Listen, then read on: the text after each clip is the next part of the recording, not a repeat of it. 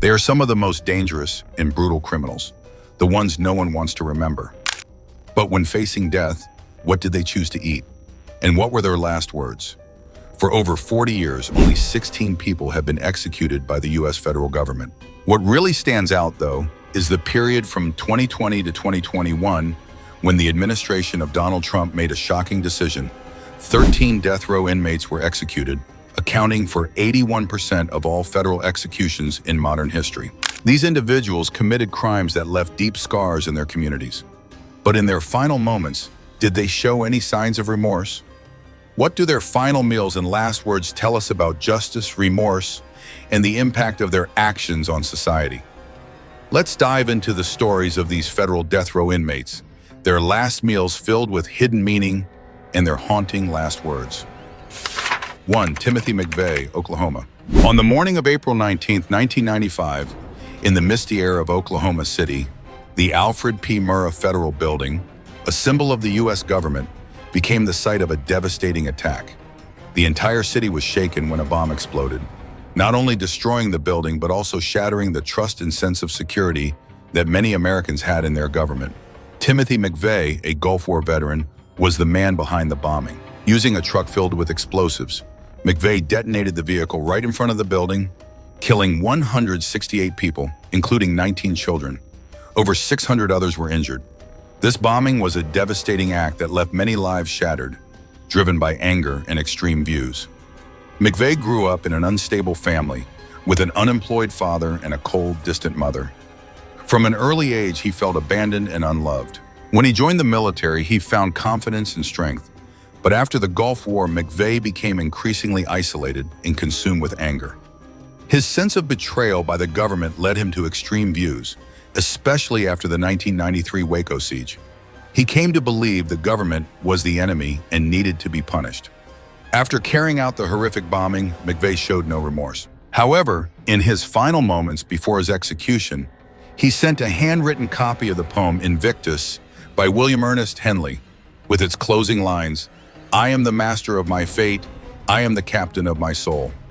These words seem to reflect a stoic resolve to face death, even though he was the one who had caused so much suffering to so many families. On June 11, 2001, McVeigh was executed by lethal injection at Terre Haute Prison in Indiana. His last meal was 2 pints of mint chocolate chip ice cream, a simple dish marking a quiet end to a life filled with violence. For his execution, he had no final words, but McVeigh's silence seemed to speak louder than any words. A cold silence, with no remorse. 2. Juan Raul Garza, Texas. More than 2 decades ago, in the dry lands of Texas, Juan Raul Garza became a feared leader of a transnational drug cartel. Not only did he run a massive marijuana trafficking operation, but Garza was also responsible for, or directly involved in 3 murders in Texas, Louisiana, and Michigan during the late 1980s and early 1990s. Garza wasn't just a regular criminal, he was behind a major criminal network, cold and calculating in his actions. His case garnered significant public attention, not just because of the brutal crimes, but also because of the power and control he wielded. Garza grew up in a violent, impoverished family. His father was an alcoholic who often abused his mother, which deeply affected Garza's psyche. Feeling abandoned and lacking affection, Garza quickly fell into a life of crime in a society where he saw no opportunities. He hoped that crime would offer him power and respect. After his arrest, Garza faced the courts and, after a tense trial, was sentenced to death in 2001. His years of appeals couldn't change his sentence. Still, in his final moments, Garza expressed remorse. "I just want to say that I'm sorry, and I apologize for all the pain and grief that I have caused. I ask your forgiveness, and God bless." On June 19, 2001, Garza was executed by lethal injection at Terre Haute, Indiana. His last meal was a steak, French fries, fried onions, Diet Cola, and 3 slices of bread. A simple meal, but one filled with a warmth that seemed like family. Garza's final words couldn't undo the pain he caused, but at least they showed a late moment of repentance as he approached the end of his life. 3. Lewis Jones Jr., Texas. On February 18, 1995, a brutal crime took place at Goodfellow Air Force Base in San Angelo, Texas. Lewis Jones Jr., a Gulf War veteran, kidnapped Tracy Joy McBride, a 19-year-old female soldier, while she was performing her duties at the base. After abducting her, Jones brutally attacked Tracy before killing her and disposing of her body in a remote area. Lewis Jones had endured the horrors of war. During his time in the military, he served in the Gulf War, where the painful memories and untreated psychological trauma slowly transformed him into a man filled with anger and instability. After leaving the military, Jones's life became aimless and lonely. Despite having a family, the psychological scars from the war and the lack of emotional support made it increasingly difficult for him to control his emotions. For a long time, Jones found no comfort in society, and those deep wounds seemed to lead him to commit this horrific crime. He was sentenced to death in 1996, and after nearly 7 years of appeals, Jones could not change his fate. Finally, on March 18, 2003, he was executed at the Huntsville prison in Texas. His last meal was peaches, plums, and a fresh nectarine, a simple choice in stark contrast to the brutal act he had committed. Before being injected with lethal drugs, Lewis Jones Jr. said, "I have always regretted this brutal crime." While his words showed remorse, they could not ease the pain that Tracy McBride's family had to endure. His apologies couldn't bring Tracy back to her family, nor could they restore the life she deserved. 4. Daniel Lewis Lee, Arkansas. On January 11, 1996, in Tilly, Arkansas, Daniel Lewis Lee and his accomplice Shavy Cahoe committed a savage murder to steal property and further their plan of creating a white nationalist state. They killed 3 members of the Mueller family, a senseless massacre driven by Lee's racist ideologies. Lee and Kehoe left the victims with no chance to survive, and their actions sent shockwaves through the community. Daniel Lewis Lee grew up in a troubled family, but he found purpose and meaning in extremist organizations. His misguided beliefs about race and hatred led him down a path of crime. He believed that he alone held the truth, and through this, he committed these brutal acts in a misguided attempt to realize a warped and flawed plan. Throughout his time in prison, Lee maintained his innocence and showed no remorse for what he had done, despite the fact that his actions had stolen the lives of 3 innocent people. On July 14, 2020, Lee was executed at Terre Haute Prison in Indiana. Throughout the process, he refused a special last meal and opted for the standard prison meal. Before being injected with lethal drugs, Daniel Lewis Lee said, "You are killing an innocent man. I didn't kill anyone. I lived an honorable life. God knows the truth. I hope you find peace." Lee's final words, though seemingly a defiant stand, did little to ease the pain his victims' families had to endure. Justice had been served, but did the vengeance truly bring peace to the loved ones of the victims? 5. Wesley Ira Purkey, Missouri. On January 22, 1998, in Kansas City, Missouri, Wesley Ira Purkey committed a heinous crime by kidnapping, raping, and murdering 16-year-old Jennifer Long. After killing his victim, Purkey's brutal actions led to a tragic loss of life, causing lasting trauma for the victim's family and the community. This crime was just one part of Purkey's inhumane actions, as he was also convicted of the brutal murder of 80-year-old Mary Bales, a disabled woman whom he killed in a violent attack with a blunt instrument. Purkey had a dark past with psychological wounds that were never healed. Raised in a painful childhood with a lack of family affection, he sought an escape in criminal behavior. The scars from his past, coupled with a lack of emotional control, led him down a path of ruthless and irreversible actions.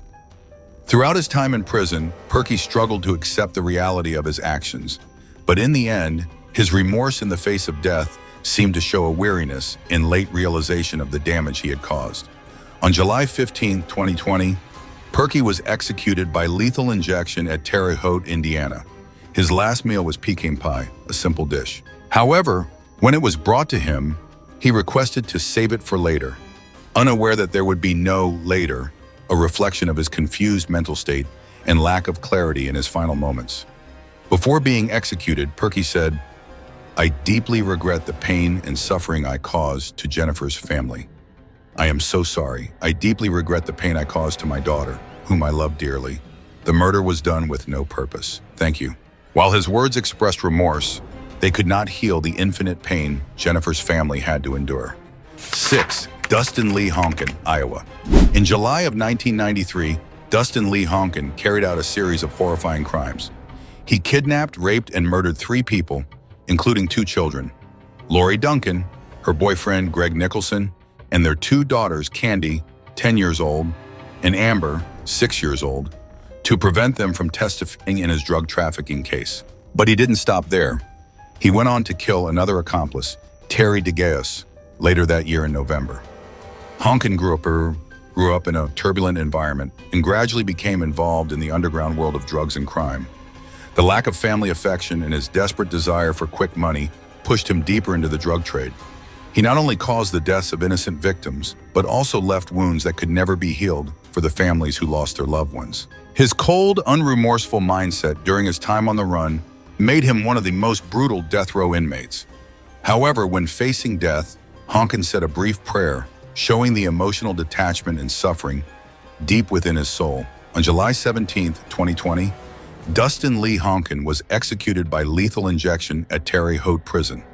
His last meal was pecan pie, a simple dish, but in his final moments, he couldn't realize that there would be no later to enjoy it. His final words were a short prayer, "Holy Mary, Mother of God, pray for me." These words, while expressing some remorse, could not erase the crimes he had committed. 7. Lezmond Charles Mitchell, Arizona. On October 28, 2001, Lezmond Charles Mitchell and his accomplice Johnny Orsinger committed a brutal murder at the Navajo Reservation. They kidnapped Alice Slim, a 63-year-old woman, and her 9-year-old granddaughter, Tiffany Lee. They murdered both victims. This crime shocked the community and instilled fear in the families living in the Navajo Reservation. Lezmond Mitchell grew up within the Navajo community, where family values and unity were held in high regard. However, his surroundings were filled with poverty, limited opportunities, and racism. These factors may have contributed to the poor decisions he made in his life. Still, his actions can never be justified, and throughout his time in prison, Mitchell showed a lack of awareness about the crimes he had committed. When facing execution, Mitchell didn't express clear remorse, but simply uttered a few cold words, showing emotional detachment. On August 26, 2020, Mitchell was executed by lethal injection. He didn't request a special last meal and chose the standard prison meal. When asked for his last words, Mitchell simply responded, "No, I'm good." These words, lacking any reflection or remorse for his crimes, left a chilling sense of coldness and brutality. 8. Keith Dwayne Nelson, Kansas. On October 12, 1999, a shocking crime rattled the Kansas City community when 19-year-old Keith Dwayne Nelson kidnapped and tragically ended the life of a young girl, leaving her family with an immense loss. Her body was later found in an open field near a church, causing immeasurable pain to her family and the community. Keith Nelson grew up in an unstable environment, lacking emotional support.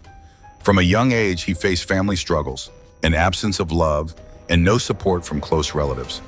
These factors may have contributed to his emotional deficiencies and inability to control his feelings, leading to violent behavior later in life. However, there is no justification for the horrific crime Nelson committed against an innocent child.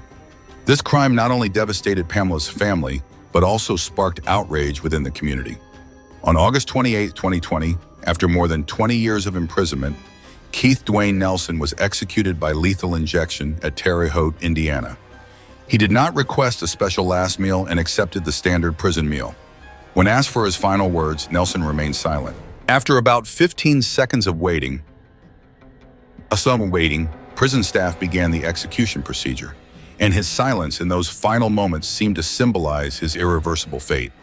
Nelson's actions closed a chapter of violent crime, leaving a pain that could never be healed for the victim's family. 9. William Emmett LeCroy Jr., Georgia.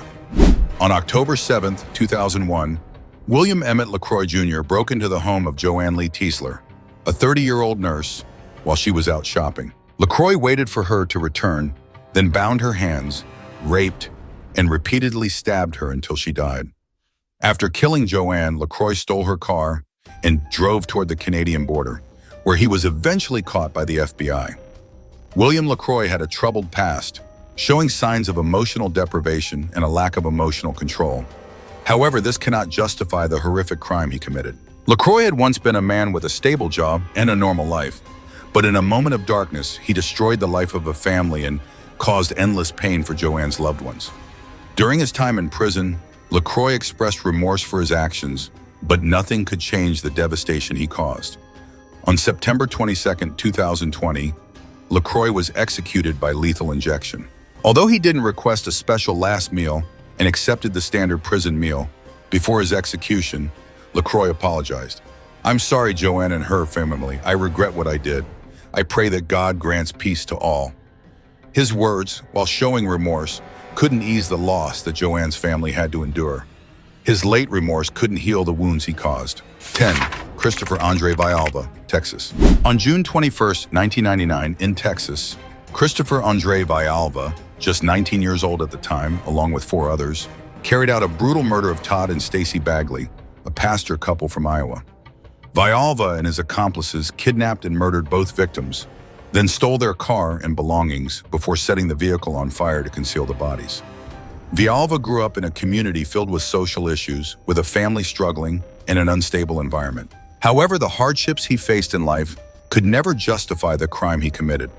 Like many criminals, he was heavily influenced by his surroundings, but his choice to engage in such violent acts was unacceptable.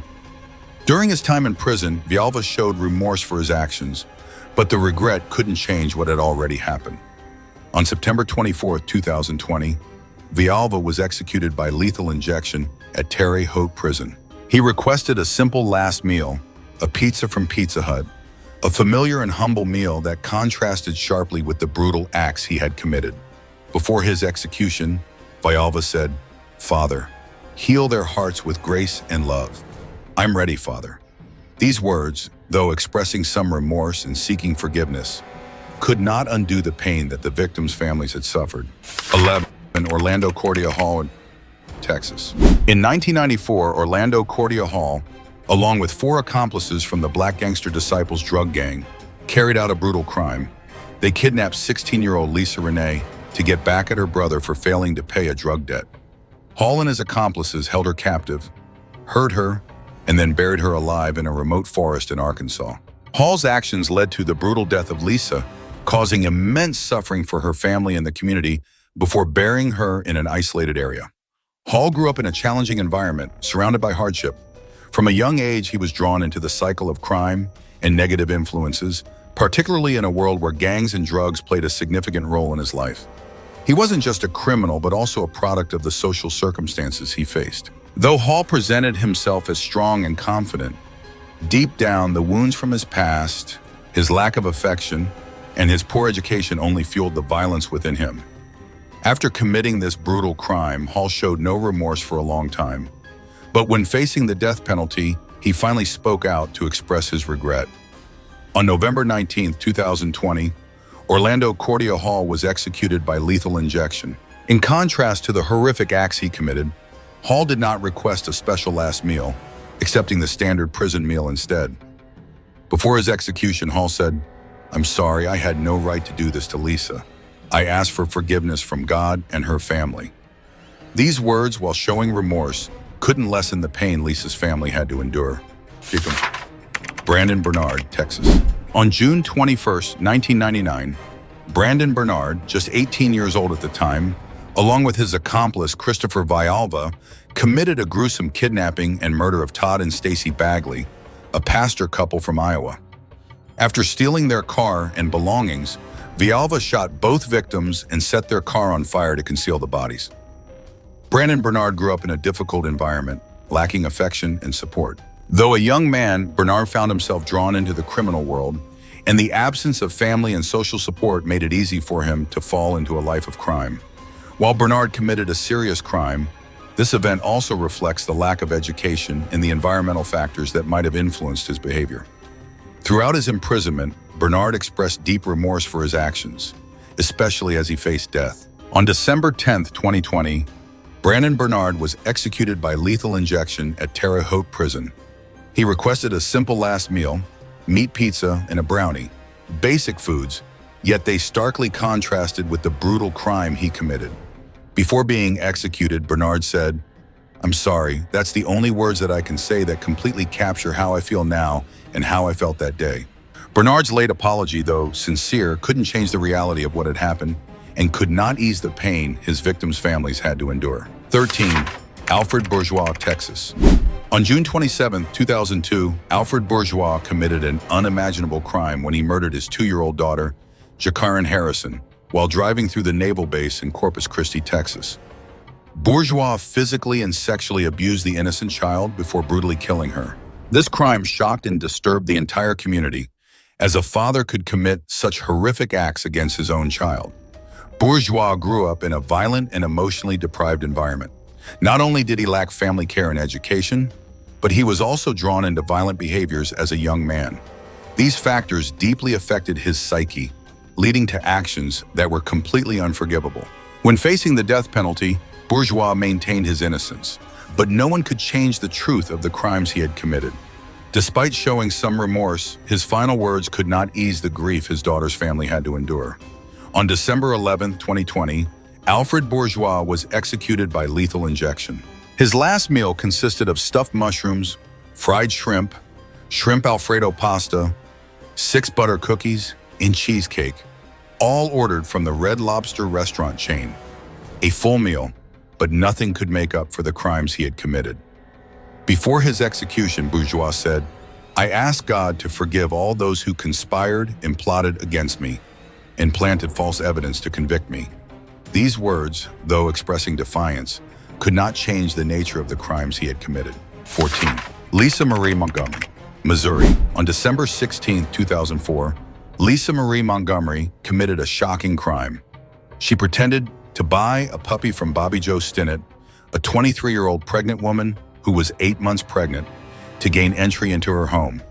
Once inside, Lisa Marie Montgomery committed a shocking crime where she killed a pregnant woman, taking the baby in a tragic act. The crime was deeply unsettling for the community. Montgomery grew up in a family full of violence and abuse. She endured a painful childhood, witnessing abuse from her father and suffering sexual abuse herself. These traumatic experiences deeply affected her psyche, leaving her confused and distressed. The psychological scars from her past led Montgomery to take extreme actions in her life as she decided to commit this horrific crime. Montgomery had attempted to fake a pregnancy to save her failing marriage, and the exhaustion and sense of being lost in life led her to lose control over her actions.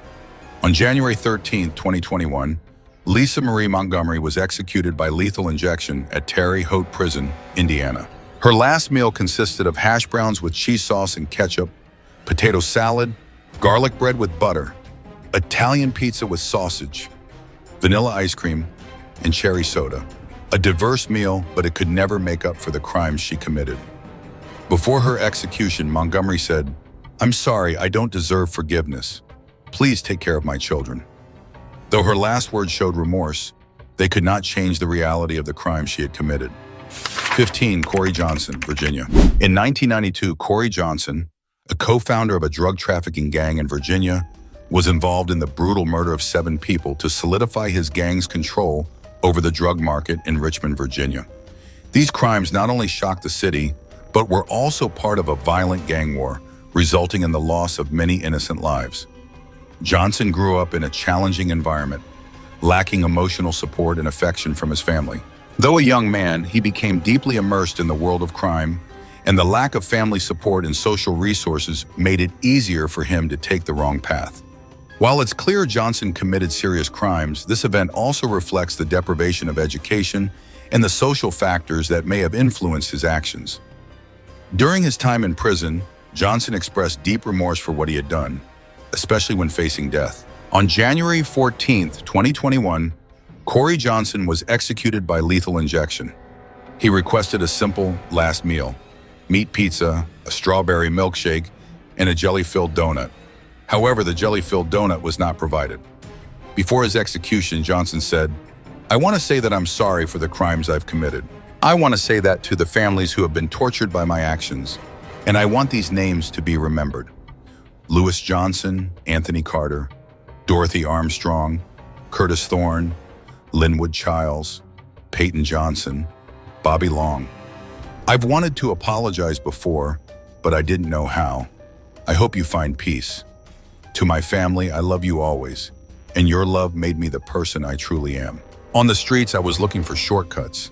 I had some good role models, But I went the wrong way. I was blind and foolish. I'm not the man I used to be. These words, though showing sincere regret, cannot change the past or the consequences of his crimes. Shooter 16, Dustin John Higgs, Maryland. On January 27, 1996, Dustin John Higgs drove 3 women, Tamika Black, 19 years old, Tanji Jackson, 21 years old, and Mishan Chin, 23 years old, from Washington, D.C. to the Patuxent Wildlife Refuge in Maryland. There, Higgs ordered his friend, Willis Haynes, to kill all 3 women. Haynes shot and killed all 3 victims. Higgs was sentenced to death for being the mastermind, even though he didn't directly carry out the murders. Higgs grew up in a difficult family environment and faced many challenges throughout his life. While there is no justification for his actions, the lack of education and social issues contributed to the person he became, easily swayed into making the wrong choices. Throughout his time in prison, Higgs showed a lack of full awareness about the consequences of his actions. Although he didn't directly commit the murders, his role as the mastermind contributed to the deaths of 3 innocent women. On January 16, 2021, Dustin John Higgs was executed by lethal injection at Terre Haute Prison. He requested a last meal of pizza, jelly-filled donuts, and a strawberry milkshake. Before being executed, Higgs said, "I want to say that I am innocent. I did not order the killings." These words reflect his lack of awareness of the full extent of his actions. And although he may see himself as a victim of circumstance, the deaths of 3 innocent women are an undeniable fact. We've just walked through haunting stories of federal death row inmates, brutal crimes ending with the last meal and final words. While their actions cannot be forgiven, in their final moments, all that remains is silence and anticipation. Some apologize, others stayed silent, but one question lingers. Can justice truly bring peace? And is death the end of a chain of mistakes? There are no clear answers, only lessons left for the living and for the justice system. If you found this video interesting, don't forget to hit subscribe and like. Share your thoughts with us, and thank you for watching. See you in the next video.